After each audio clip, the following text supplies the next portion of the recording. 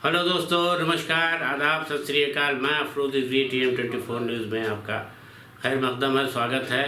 पेश हैं देश और दुनिया के हालात से जुड़ी हुई खबरों पर उर्दू अखबारों के नज़रिए।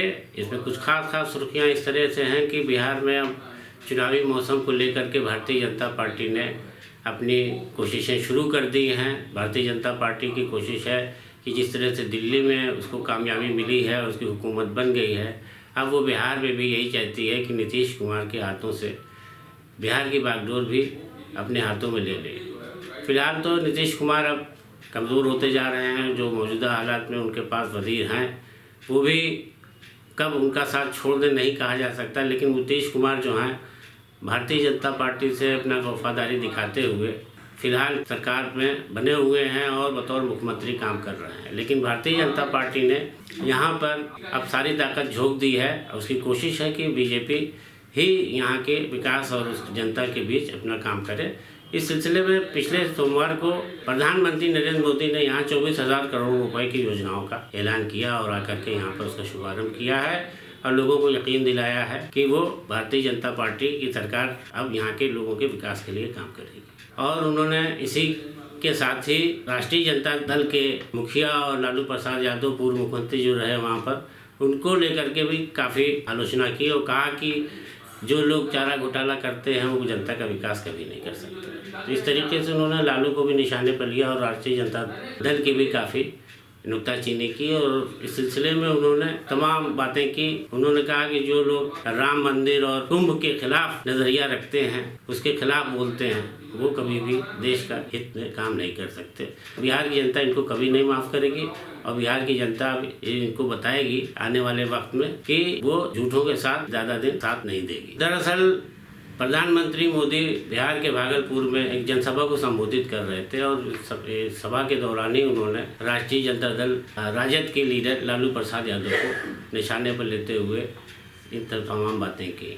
इसके साथ ही यहाँ पर नीतीश कुमार ने भी एक सभा को संबोधित करते हुए ये बात कही कि जहाँ पर भागलपुर एक बहुत बड़े ख़तरनाक दंगे की शक्ल में जाना जाता है, ये वो जगह है कि जहाँ पर इतना बड़ा दंगा हुआ था कि 1,000 लोग मारे गए थे और वो आज तक नहीं भुलाया जा सकता।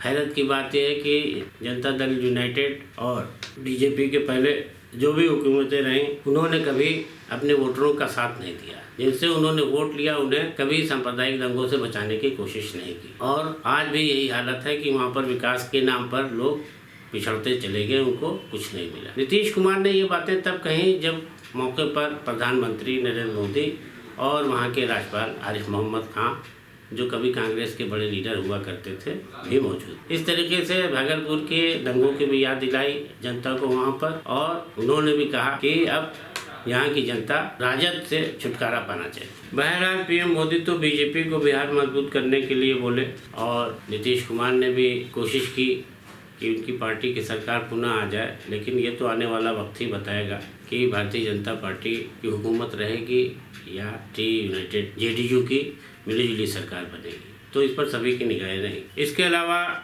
उर्दू अखबारों ने कांग्रेस के राष्ट्रीय अध्यक्ष मल्लिकार्जुन खड़गे के एक बयान को काफ़ी तफसील से छापा है और काफ़ी अहमियत दी है। इसमें कहा गया है खड़गे की तरफ से कि प्रधानमंत्री नरेंद्र मोदी ने आसाम को जुमलों का कारखाना बना दिया है। खड़गे ने अपने इस बयान के जरिए वहाँ के चीफ मिनिस्टर बिस्वा शर्मा के बारे में तमाम कमियां बताई और कहा कि भ्रष्टाचार वहाँ पर चरम पर है और जनता नाराज़ है।